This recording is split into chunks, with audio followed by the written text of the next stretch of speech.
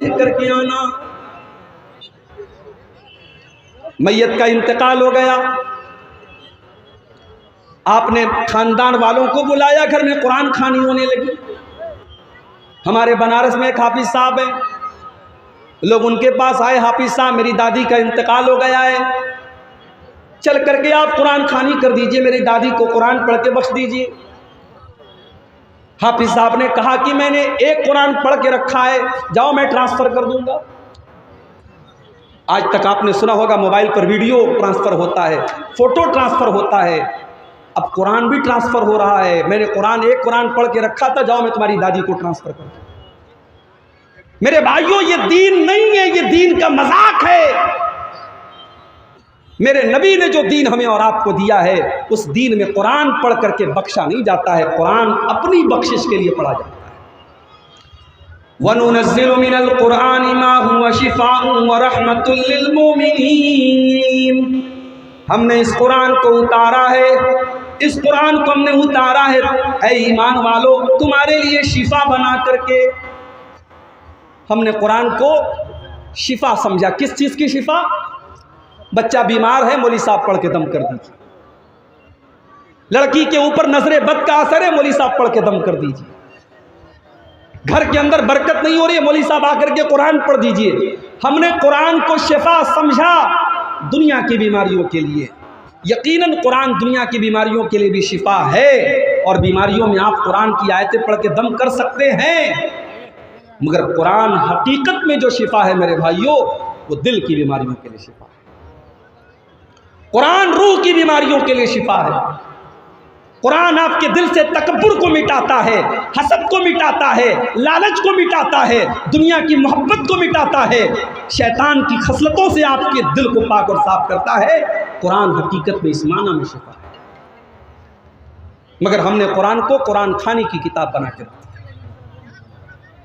अल्लाह के नबी फरमाते हैं, जिस घर में सूरह बकरा पढ़ी जाती है उस घर में से शैतान भाग जाता है। एक साहब कहने लगे, मौली साहब अगर हम मोबाइल के ऊपर सूरह बकरा की तिलावत शुरू कर दें तो क्या शैतान भाग जाएगा? यानी हर चीज में हमें शॉर्टकट चाहिए। हम खुद कुरान नहीं पढ़ेंगे, हम मोबाइल के जरिए कुरान पढ़ना चाहते हैं कि हम मोबाइल पर कुरान चालू कर दें और घर में कुरान बजने लगे, हमें कुरान ना पढ़ना। अल्लाह माफ करे, आइंदा चल करके कहीं ऐसा ना हो कि नमाज भी वीडियो के जरिए और मोबाइल के जरिए पढ़ी जाने लगी और ये कहा जाए कि साहब हमने मोबाइल के अंदर वीडियो के जरिए नमाज पढ़ ली, नमाज हो गई। दीन को इतना डिजिटलाइज मत करो मेरे भाई। इसीलिए उलमा कहते हैं कि मोबाइल में कुरान पढ़ सकते हैं, तिलावत कर सकते हैं, जायज़ है, मगर कोशिश करनी चाहिए कि आप ओरिजिनल कुरान से तिलावत करें। हाँ, सफ़र में है, किसी ऐसी जगह है वहाँ कुरान नहीं है, मुसहफ नहीं है, तो ठीक है, आप मोबाइल के ऊपर कुरान पढ़ो। कुरान को इस्लाम को डिजिटलाइज मत कीजिए मेरे भाई। आज बहुत सारी बिदआत और खुराफात ने समाज का बेड़ा गर्क करके रखा। शाबान का महीना आता है, 15 शाबान की रात आती है, हमारे बहुत सारे भाई कब्रिस्तान जाते हैं, अपने मुर्दों के लिए मग़फ़िरत की दुआएं करते हैं, अपनी माँ के लिए, अपने बाप के लिए मग़फ़िरत की दुआएं करते हैं, रात रात भर तिलावत करते हैं, रात रात भर नमाजें पढ़ते हैं। हमने जब अपने नबी की सीरत को उठा करके देखा, हमने हदीसों को उठा करके देखा, हमने सहाबा की सीरत को उठा करके देखा, वहाँ हमें शबे बारात के नाम से कोई रात नहीं मिली। शबे बारात के नाम से कोई रात नहीं मिली। 15 शाबान की रात में कोई इबादत अलग से अल्लाह के नबी से साबित नहीं। यहां तक कि यह अकीदा रखा जाता है कि इस दिन मुर्दों की रूहें लौट करके आती हैं। जैसे हमारे हिंदू भाइयों के अकीदा रखा जाता है कि साल में एक दिन उनके बाप दादा की, उनके पुरखों की आत्माएं लौटती हैं और वो कौवे की शक्ल में आती हैं, वो कौवों को खाना वगैरह खिलाती हैं। मुसलमानों ने उस कॉन्सेप्ट को अपने यहाँ ले लिया और हमारे यहाँ शबे बारात बन गई। हमारे यहाँ हलवा बनाया जाता है और मुर्दों को उसका सवाब पहुंचाया जाता है। ये बात अपने दिमाग में बिठा लो कि मरने के बाद किसी की रूह कभी दुनिया में लौट करके नहीं। यहां तक कि अगर कोई सुसाइड कर ले, कोई आत्महत्या कर ले, खुदकुशी कर ले, उसकी भी रूह दुनिया में वापस नहीं आती। वो हमें और आपको ऐसा लगता है कि ये अचानक मर गया, इसने सुसाइड कर लिया। वो अचानक नहीं मरा है, उसकी तकदीर के चैप्टर में ये लिखा था कि ये सुसाइड करके मरेगा। कोई अचानक नहीं मरता है। किसी एक्सीडेंट हुआ, हमें लगा अचानक हुआ, वो एक्सीडेंट भी हमारे मुकद्दर का एक हिस्सा होता है। कोई अपनी मौत के पहले नहीं मर सकता। मेरे साथ जो हादसा हुआ है वो शायद मौलाना अब्दुल रहमान सलफी के साथ मुंबई में जो हादसा हुआ तो उससे ये हल्का हादसा नहीं था। मैंने जब गाड़ी की तस्वीर खींच करके अपने छोटे भाई को भेजी, मोबाइल मेरा डिस्चार्ज हो गया और उसने सोशल मीडिया पे वो फोटो डाल दिया कि मेरे भाई के साथ हादसा हुआ है। लोगों ने सिर्फ गाड़ी की तस्वीर देखी थी, मेरी तस्वीर नहीं देखी थी। लोग ये मानने को तैयार ही नहीं थे कि मेरी जान बच गई है। गाड़ी की तस्वीर देख करके लोग यकीन नहीं कर रहे थे। उस दिन मेरे मोबाइल पर कम से कम 1000 कॉल आई थी। मोबाइल मेरा दिन भर साइलेंट पड़ा हुआ था। तो हादसा हुआ, लेकिन अल्लाह ताला की कुदरत और अल्लाह की तौफीक, अल्लाह ने ज़िंदगी की कुछ सांसें और लिखी थी। तो हम ये नहीं कह सकते कि हमारी मौत जो है वो अचानक आई है। मौत तो अपने टाइम पर आती है। अल्लाह ने अगर मौत लिखी होगी तो छोटे मोटे हादसे के ज़रिए भी मौत आ जाएगी, और अगर मौत नहीं लिखी है तो इतना खतरनाक हादसा हो गया, फिर भी अल्लाह ताला ने अपना कर्म किया और बचा लिया। और मौत के आ जाने के बाद जब बंदे की रूह निकाली जाती है, बंदा अल्लाह की बारगाह में गुजारिश करता है, हत्ता इज़ा जाअ अहदहुमुल मौत क़ाल रब्बिरजिऊन। जब मौत का टाइम आता है तो बंदा कहता है कि अय अल्लाह, मुझे तू एक मौका और दे दे, एक बार तू दुनिया में मुझे लौटा दे। किस लिए लौटा दे? इसलिए नहीं कि मेरा मकान अधूरा था, मैं मकान की तामीर कर लूँ। इसलिए नहीं कि बेटी की शादी करना था, शादी कर लूँ। इसलिए नहीं कि कारोबार अधूरा था, कारोबार को पूरा कर लूँ। लअल्ली आमलु सालिहन फीमा तरक्तु। अय अल्लाह, मुझे बस एक मौका और दे दे ताकि मैं नेक अमल करके तुझको राजी कर लूँ। अल्लाह फरमाता है कल्ला, ऐसा हरगिज होने वाला नहीं है। इन्नहा कलिमतुन हुवा क़ाइलुहा, मेरे बंदे ये तो बस तेरी एक ख्वाहिश है जो तेरी जुबान से निकल रही है। व मिन वराइहिम बरज़खुन इला यौम युबअतून, अब क़यामत तक तुझे बरज़ख में रहना है। अब तेरी रूह को दुनिया में लौटाया नहीं जाएगा। अब मरने के बाद तेरी रूह को दोबारा एक सेकंड के लिए भी दुनिया में नहीं भेजा जाएगा। हमारे यहाँ ये अकीदा कर दिया गया, साफ शब बारात में बाप दादा की रूहें लौटती हैं। तो ये जो बिदात होती हैं, किसी ने बड़ी अच्छी बात लिखी है कि जो बिदात होती है वो हर साल एक नया बच्चा देती है। रबीउल अव्वल की 12 तारीख आती है। हमारे बहुत सारे मुसलमान भाई 12 रबीउल अव्वल की तारीख को नबी अकरम की पैदाइश का जश्न मनाते हैं। पहले ये जश्न छोटे मोटे पैमाने पर मनाया जाता था, अब हर साल उसके अंदर बढ़ोतरी हो रही है। अब तो ऐसे वीडियो भी आने लगे कि अल्लाह के नबी के नाम पर बड़े बड़े केक भी काटे जा रहे हैं। ऐसे वीडियोस भी हमने देखे कि लड़कियां नाच रही हैं, नबी की पैदाइश का जश्न मना रही हैं। इसी मालदा और कलियाचक की सड़कों पर हमने देखा नौजवान खूबसूरत लड़कियां बड़ी बड़ी गाड़ियों पर बैठी हैं और अल्लाह के नबी की मोहब्बत के नाम पर झंडे उठा उठा करके वो नबी अकरम का नारा लगा रही हैं। ओ लोगों, जिस नबी ने अपनी उम्मत की बेटियों को पर्दे में रहने का हुक्म दिया, जिस नबी ने अपनी उम्मत की औरतों को ये हुक्म दिया कि जब भी तुम घर से निकलो तो पर्दे में निकलो, तुम्हारे जिस्म का कोई हिस्सा किसी गैर मर्द के सामने जाहिर ना हो, आज उसी रसूल की मोहब्बत के नाम पर जवान जवान लड़कियां आज अपनी खूबसूरती की नुमाइश कर रही हैं। जिस नबी ने अपनी उम्मत को ये तालीम दी थी, मन तशब्बहा बिक़ौमिन फहुवा मिनहुम, जो किसी कौम की नकल करेगा वो उसी कौम के साथ कल क़यामत के दिन उठाया जाएगा।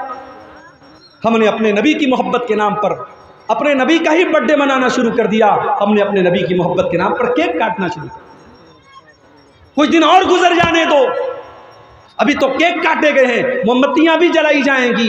और जिस तरीके से बच्चे का बर्थडे मनाया जाता है और हैप्पी बर्थडे टू यू कहा जाता है, उस तरीके से हैप्पी बर्थडे टू यू या रसूलुल्लाह भी कहा जाएगा। आप देख लीजिएगा, अगर आप जिंदा रहे तो वो दिन भी आए। बिदात हर साल एक नए बच्चे को जन्म देती।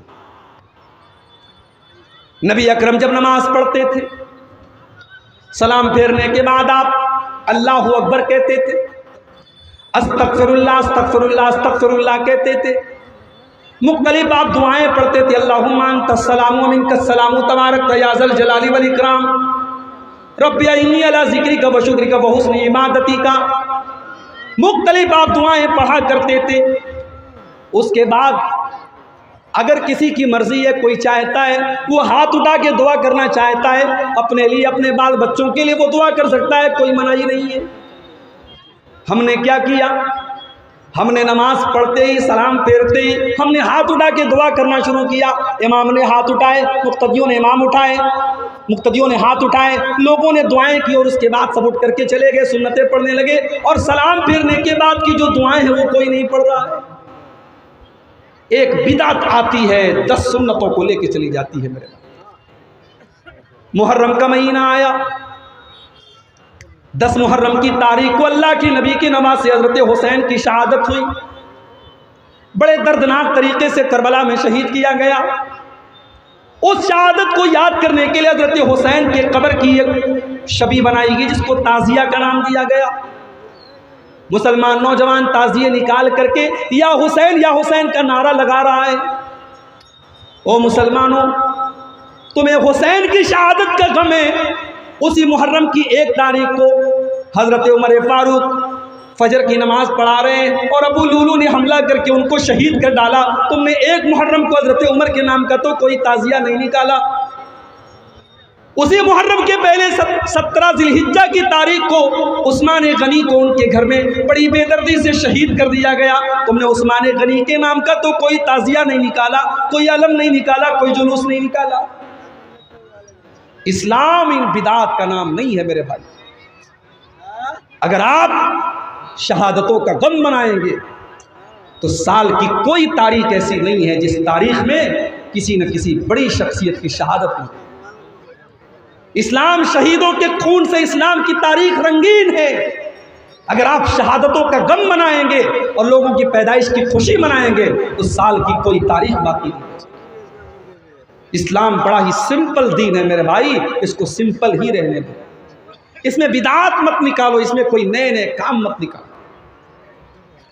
इंतकाल हो गया किसी इंसान का, तीसरे दिन आपने बिरयानी बनवा दी, आपने लंबा चौड़ा खाने का इंतजाम किया, पूरे खानदान के लोग आकर के दावत उड़ा रहे हैं।